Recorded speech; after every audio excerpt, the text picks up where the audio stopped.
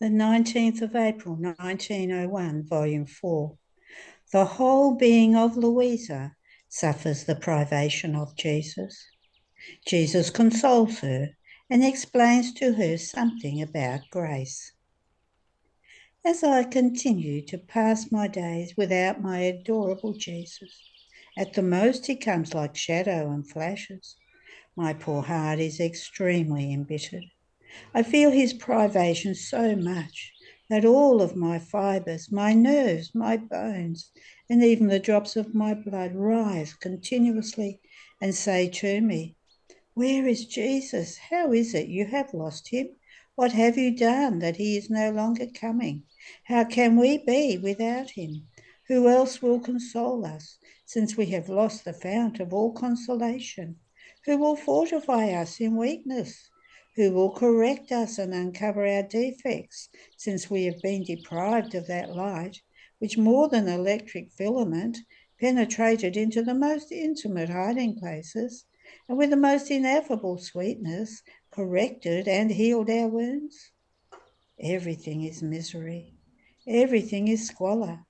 Everything is gloom without him. How shall we go on?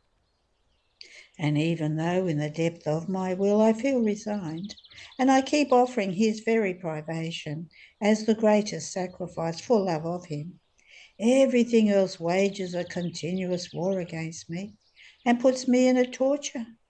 Ah, Lord, how much it costs me to have known you, and at how high a price you make me pay for your past visits.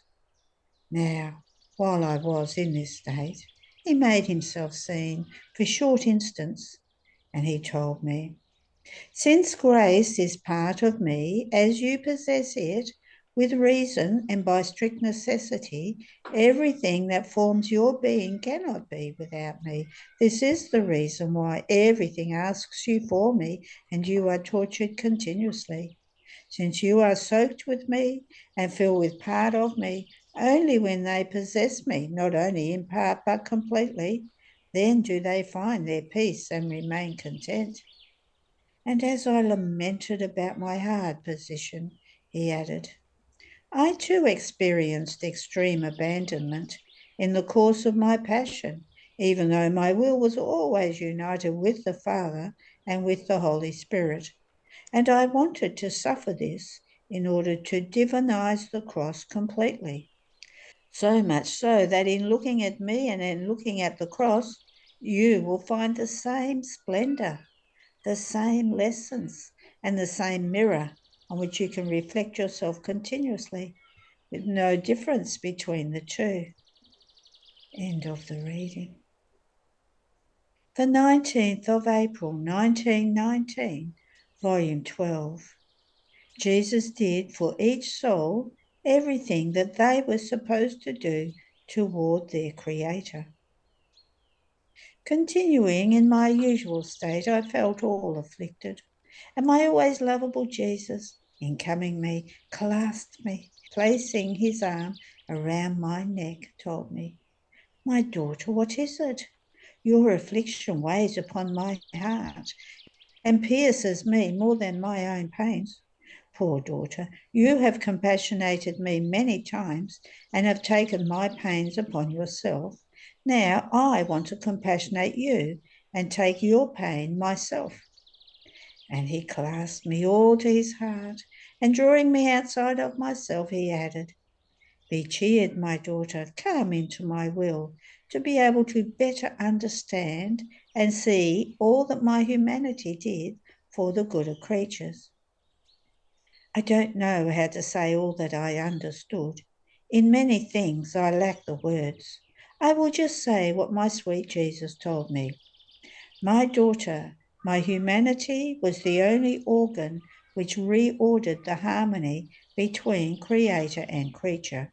I did for each soul all that they were supposed to do toward their creator, not excluding even lost souls, because I was to give to the Father complete glory, love, and satisfaction for all created things, with this only difference: the souls who somehow fulfill their duties toward the Creator almost nobody arrives at satisfying them all, unite their glory to mine, and everything they do remains as though grafted into mine, while the lost ones remain as though parched members, and since vital humours are missing in them, they are not fit for receiving any graft of the good I have done for them, but they are only fit for burning in the eternal fire.